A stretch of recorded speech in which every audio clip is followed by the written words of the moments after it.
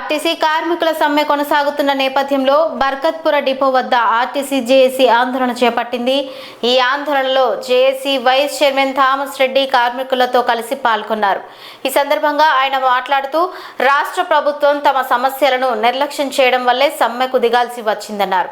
ఆర్టీసీని ప్రభుత్వంలో విలీనం చేయాలని, కార్మిక సంఘాల ఎన్నికలు నిర్వహించాలని డిమాండ్ చేశారు. మహాలక్ష్మి పథకం కింద ఆర్టీసీకి ఇవ్వాల్సిన నిధులను ప్రభుత్వం చెల్లించడం లేదని ఆరోపించారు. రిటైర్డ్ ఉద్యోగులకు రిటైర్మెంట్ బెనిఫిట్స్ వెంటనే చెల్లించాలని, ప్రైవేట్ ఎలక్ట్రిక్ బస్సులను ఆర్టీసీలోకి తీసుకోవద్దని, కొత్త బస్సులను ఆర్టీసీ యాజమాన్యమే కొనుగోలు చేసి సేవలను ఆధునీకరించాలని సూచించారు. ముఖ్యమంత్రి చొరవ చూపి సమస్యలను పరిష్కరించాలని, ప్రభుత్వం చర్చలకు వస్తే తాము సిద్ధంగా ఉన్నామని, సమస్యలు పరిష్కారం అయ్యే వరకు సమ్మె కొనసాగుతుందని థామస్ రెడ్డి స్పష్టం చేశారు.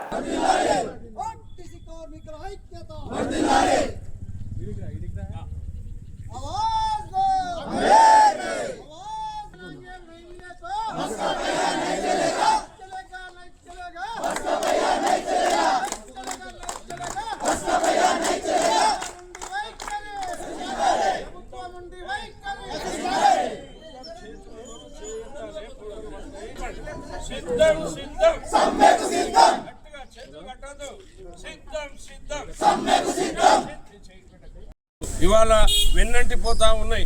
ఆర్టీసీకి ప్రభుత్వం ఇచ్చిన మాట తప్పింది.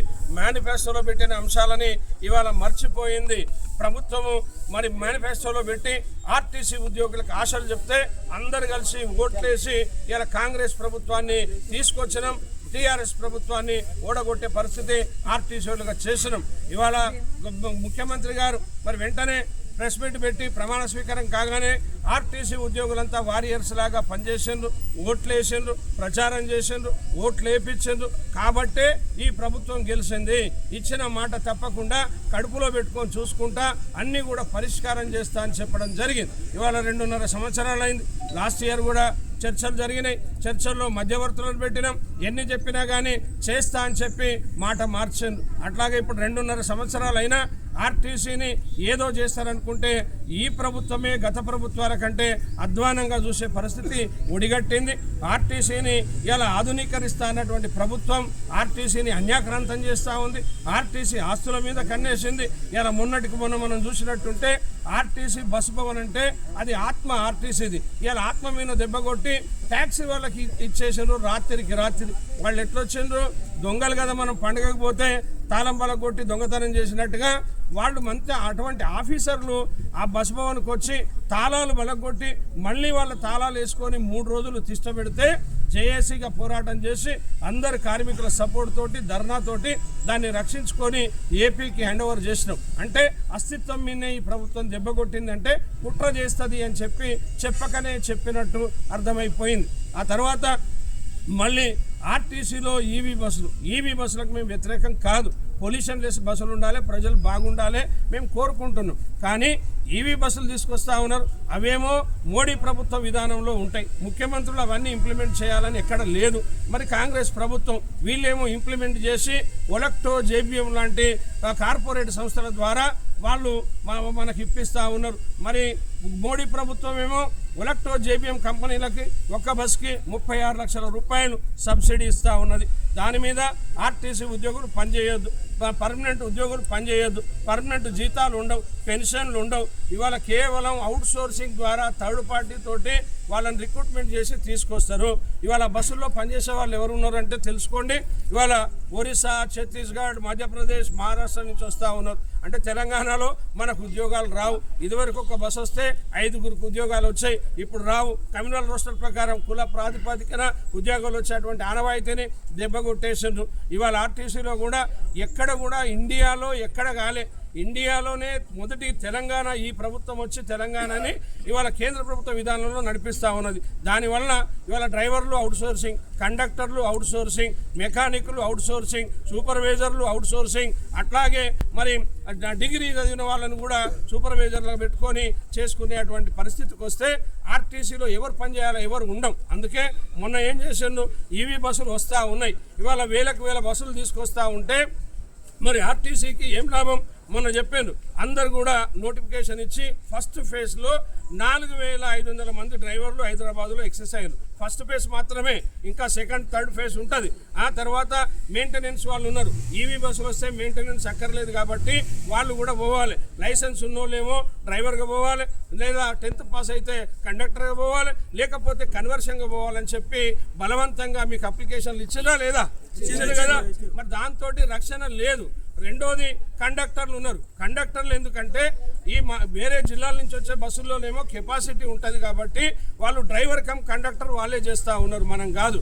ఇక్కడేమో మహాలక్ష్మి పథకంలో 170, 180, 200 మంది కూడా ఎక్కుతున్నారా లేదా? పద్మవ్యూహంలో అభిమన్యులుగా డ్రైవరు కండక్టర్ అమ్మలు అభిమన్యురాలుగా పనిచేస్తే ఇవాళ తన్నులు తిని అది చేసి దాన్ని రక్షిస్తే ఆర్టీసీ వల్లనే ఈ ప్రభుత్వానికి ప్రతిష్ట పెరిగింది, వాళ్ళకి గౌరవం వచ్చింది. దానివల్ల మనకు 350 కోట్లు ప్రతి నెల ఇస్తా అని చెప్పాను. మనకేం ఒట్టిగా వాళ్ళ జేబుల కళ్ళు ఇవ్వట్లేదు. కేవలం మనం వాళ్ళకి 0 టికెట్లు ఇస్తే 0 టికెట్ల వాల్యూ మనకి ఇవ్వాలి, ప్రభుత్వం ఇవ్వట్లేదు. అది మొత్తం ఇవ్వకుండా తాత్కాలికం కొంత ఇస్తే 1000 కోట్ల రూపాయలు బకాయి ఉన్నాయి. ఒకవేళ మహాలక్ష్మి పథకాన్ని సాగ్గా చెప్పి ఇలా రీఎంబర్స్మెంట్ అని కూడా ఇచ్చేటి బంద్ చేశారు. బడ్జెట్ పెట్టడం కూడా బంద్ చేశాను. అంటే ఏ ఒక్క పైసా కూడా ప్రథమంగా ఈ ప్రభుత్వం ఇవ్వకుండా ఆర్టీసీని నిర్వీర్యం చేస్తూ మేము బాగు చేస్తున్నాం, ఆ ప్రభుత్వం పాడు చేసింది, ఈ ప్రభుత్వం లాభాల్లోకి తెచ్చినాం అంటా ఉన్నారు. ఎక్కడున్నాయి లాభాలు ఉంటే రిటైర్డ్ అయిన వాళ్ళు రోడ్డు మీద ఎందుకున్నారు? వాళ్ళకి ఎందుకు 9 ఏళ్ల నుంచి డబ్బులు ఇచ్చే పరిస్థితి లేదు, వాళ్ళు రోడ్ల మీద ఉన్నారు, అటాన్ మరణాలు అవుతా ఉన్నాయి. ఇలా 30-36 ఏళ్ళ యవ్వన జీవితాన్ని ఆర్టీసీకి అంకితం చేసి రిటైర్డ్ అయితే వాళ్ళు అడక్క తినే పరిస్థితి వచ్చింది. ఇంత దాపురం. రిటైర్డ్ అయ్యే వాళ్ళకు డబ్బులు లేవు, రిటైర్డ్ అవుతున్న వాళ్ళకు డబ్బులు ఇచ్చే పరిస్థితులు లేవు. PRCలు 3 బాకీ ఉన్నాయి. తర్వాత సంక్షేమ పథకాల పైసలు బాకీ ఉన్నాయంటే మేము అన్ని కడుతున్నాం, అన్ని బాగా చేస్తున్నామని ప్రభుత్వం అంటుంది. ఏం చేసిందో చెప్పమంటే క్వశ్చన్ టు ఆన్సర్ లేదు. కాబట్టి ఇవాళ బలవంతంగా ఆర్టీసీని ప్రైవేట్ పరం చేస్తే బర్కత్పురాలో మనం ఉండం, బోర్డు మాత్రమే బర్కత్పురా అని ఉంటుంది. అటువంటి ప్రమాదం గంటికలు వచ్చినాయి కాబట్టే ఇవాళ సమ్మె నోటీస్ ఇచ్చినాం. సమ్మె ఆశయమాశ కాదు, సమ్మె చేయాల్సిన పరిస్థితి లేదు. 2.5 ఏళ్ళైనా కానీ పిలవకుండా మాట్లాడకుండా అపాయింట్మెంట్ ఇవ్వకుండా ఉండడం వల్లనే మనం సమ్మె విధిలేని పరిస్థితిలో చేస్తున్నాం. ఈ ప్రభుత్వం అంటే మనకు వ్యతిరేకం కాదు, ఈ ప్రభుత్వం శత్రువు కూడా కాదు. కానీ ప్రభుత్వ బాధ్యతగా ఇవాళ మీరు ఏదైతే మేనిఫెస్టోలో పెట్టినరో, ప్రమాణ స్వీకారం తర్వాత ఏదైతే ప్రకటించిందో దాని మీద మీ స్టాండ్ ఏంది, ఈ ప్రభుత్వ స్టాండ్ ఏంది, ముఖ్యమంత్రి గారి వైఖరి ఏంటి, ట్రాన్స్పోర్ట్ మినిస్టర్ గారి వైఖరి ఏంటి అని ఈ కార్మికులంతా అడుగుతున్నారా లేదా? అడుగుతున్నారా? అదే అడుగుతున్నాం. మీరు ఏది చెప్పిండ్రో గదే అంటున్నాం. 6 విషయాలు చెప్పాను. 6 విషయాల్లో క్లారిటీ కావాలి. ఇవాళ కూర్చొని చర్చలు చేయాలి. నిన్న సాయంత్రం చర్చలకు పిలిచిండు. మేము అనుకున్నాం ఈ ప్రభుత్వం పిలిచింది పరిష్కారం అవుతుందని చెప్పి ఆశపడ్డాం, భంగపడ్డాం. నిన్న ఏమి జరిగింది? 3.5 గంటలు చర్చలు. 4 IASలు కమిటీ వేసిండ్రు. ఒక MD గారు కూడా దాంట్లో ఉన్నారు. 5 కమిటీ వాళ్ళు కూర్చున్నారు. మేమంతా ఆల్ యూనియన్స్, JAC నాయకులు అంతా పోయినాం. అందరినీ మీరు చెప్పండి అని చెప్పి రాసుకున్నాం. ఇక మేము అన్ని బాధలు ఇప్పుడు నేను చెప్పినట్టే టోటల్గా నేను ఏదో పావుల మందమే చెప్పినా, ఇంకా రూపాయి మందం చెప్పినా కూడా వాళ్ళకి అన్నీ చెప్పినాం, అన్నీ రాసుకున్నాం. తర్వాత వాళ్ళు ఏమన్నారంటే ఎక్కడ కూడా మేము ఇచ్చిన మెమోరాండం 32 అంశాల మీద చర్చ జరగలే, ఒక్క అంశం మీద కూడా మాట్లాడలేదు. కేవలం ఇది విన్న తర్వాత మేము కమిటీ చేసినాం. 4 మాసాల వరకు ఈ కమిటీ ఉంటుంది. 4 వారాలు ఉంటుంది. 4 వారాల తర్వాత ఈ కమిటీ రిపోర్టు ప్రభుత్వానికి ఇస్తాం. ఎక్కడన్నా దీంట్లో స్టాండర్డ్ ఉందా, ఎక్కడన్నా అష్యూరెన్స్ ఉందా? ఏమీ లేవు. కాబట్టి మేము చెప్పినాం అది కరెక్ట్ కాదు, మీరు ఏదైనా సమ్మె నివారించే పరిస్థితులు తీసుకురండి. ఇవాళ మాకు లోతు గొంతు దాకా పుడకపోయినాం కాబట్టి పరిస్థితులు బాగాలేవు, కార్మికులు ఆందోళనలో ఉన్నారు, ఇవాళ చాలా ఇబ్బందికర పరిస్థితుల్లో ఉన్నారు అని చెప్తే లేదు మా అప్పీల్ చేస్తున్నాం మీరు వినండి అని చెప్పి వాళ్ళు లేచి లోపలికి పోయినారు. మనం బయటకు రావడం జరిగింది. అంటే దాంట్లో స్తంభన వచ్చింది, కనీసం క్లారిటీ కూడా లేకపోవడం వల్ల ఇవాళ సమ్మె తప్పదు అని రాత్రి సైరన్ ఇచ్చినాం. సమ్మె సైరన్ మోగింది. రాష్ట్రం అంతా ఇవాళ ఏ జిల్లా చూసినా టోటల్గా ఆర్టీసీ ఉద్యోగులు 39,000 మంది, ఇంకా హైర్ బస్ వాళ్ళు ఉన్నారు, కాంట్రాక్టర్లు ఉన్నారు, అవుట్ సోర్సింగ్ వాళ్ళు ఉన్నారు, వాళ్ళందరినీ కూడా రెగ్యులర్ చేయాలని పెట్టినాం. ఇవాళ హైర్ బస్ వాళ్ళు ఎవరైతే ఉన్నారో ఓనర్లతో కూడా మాట్లాడినాం. ఇవాళ మాకే ప్రమాదం వచ్చిందో మీకు కూడా అదే ప్రమాదం వస్తుంది.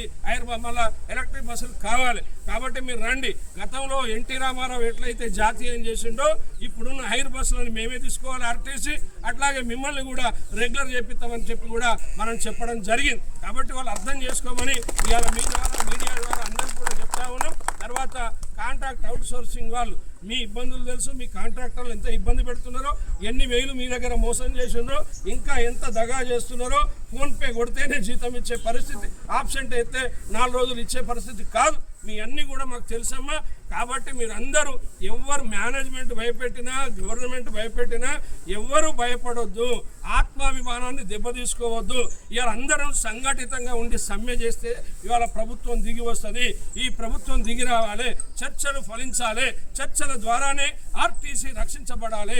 ఈ ఆర్టీసీ ప్రజలది, ప్రజా రవాణా మెరుగుపడాలి, ప్రజలకి మెరుగైన సౌకర్యాలు ఉండాలి, బస్సుల సంఖ్య పెరగాలి, ఆర్టీసీ తెలంగాణలో బ్రహ్మాండంగా ఆదుకునే పరిస్థితిలో ఉండాలి. అదేవిధంగా కూలీ సంఘాలు మా మీద కన్నెర్ర చేయొద్దు, మాకెక్కడ రాజకీయ పార్టీల కాదు, కూలీ సంఘాల నాయకులం, సీనియర్ నాయకులం, వాస్తవాలు తెలిసిన నాయకులం, నీతి న్యాయం కోసం సంస్థ పరిరక్షణ, కార్మిక సంక్షేమం, సమస్యల పరిష్కారంకి కట్టుబడి ఉన్నాం. కాబట్టి ప్రభుత్వం కూడా ఆలోచన చేసుకొని వెంటనే ఈరోజు చర్చలకు పిలిచి గౌరవ ముఖ్యమంత్రి గారు పెద్ద మనసుతోటి మీరు పాలనా ప్రభుత్వం, ప్రజాప్రభుత్వం 90 రోజుల పండుగ చేసుకుంటా ఉన్నారు. నా అక్క చెల్లెళ్ళు, నా అన్నదమ్ముళ్ళు కన్నీళ్లు పెడతా ఉన్నారు. ఆర్టీసీ కార్మికుల బాధలు కన్నీళ్లు ఎవరికి కూడా మంచి జరగలే. గతంలో 2 ప్రభుత్వాలు పోయినాయి. ఈ ప్రభుత్వం పోదాల్లో ఉండాలంటే మీరు నిర్ణయించుకోవాలి. కాబట్టి ఇవాళ పిలవండి, మాట్లాడండి. ఇవాళ మోడీ ప్రభుత్వ విధానం పక్కకు పెట్టండి. ఆర్టీసీకి కొత్త బస్సులు మీరు కొనియండి, ఆర్టీసీ కూడా కొంటుంది. ప్రభుత్వంలో విలీనం చేస్తే మీకు పెద్ద బర్డనేం కాదు. ఇవాళ 350 కోట్లు మహాలక్ష్మి పథకాన్ని మీరు మాకు ఇవ్వలే, బాకీ ఉన్నారు, ఇవ్వాలి. మీ దీనికి ఎవరు ఇస్తలేరు. అవి ఇస్తే 170 కోట్లకే ఇవాళ తక్కువ మంది ఉన్నారు కాబట్టి జీతాలు సరిపోతుంది, ఇంకా మనుగడకు మిగులుతాయి, ప్రభుత్వం మీద బర్డన్ కూడా పడదు. కాబట్టి ఆ విధంగా ఈ సమస్యలు పరిష్కారం చేయాలి. మీ విధానంలో తప్పకుండా మేనిఫెస్టోలో పెట్టిన డిమాండ్ల మీద వాట్ ఈజ్ యువర్ స్టాండ్ అని చెప్పి ప్రభుత్వాన్ని కార్మికులు అడుగుతా ఉన్నారు, నేను కాదు, కార్మికుల తరఫున అడుగుతా ఉన్నాం. కాబట్టి దానికి జవాబు చెప్పి ఇవాళ ప్రజాస్వామ్య పంతాలో చర్చలకు పిలిచి జేఏసీ నాయకులని పరిష్కారం చేయాలని చెప్పి, లేని పక్షంలో ఇది మరో సకల జనుల సమ్మెని మురిపించే విధంగా ఈ సమ్మె జరుగుతున్నది. జరిగి ఇలా తాడో పేడో తెలుసుకోవాలి. ఇది ఆఖరి దక్క విజయం పక్క. విజయాన్ని ముద్దాడే వరకు మన పోరాటం ఆగదు అని చెప్పి నిలదించాలని మీ అందరికీ తెలియజేస్తాను.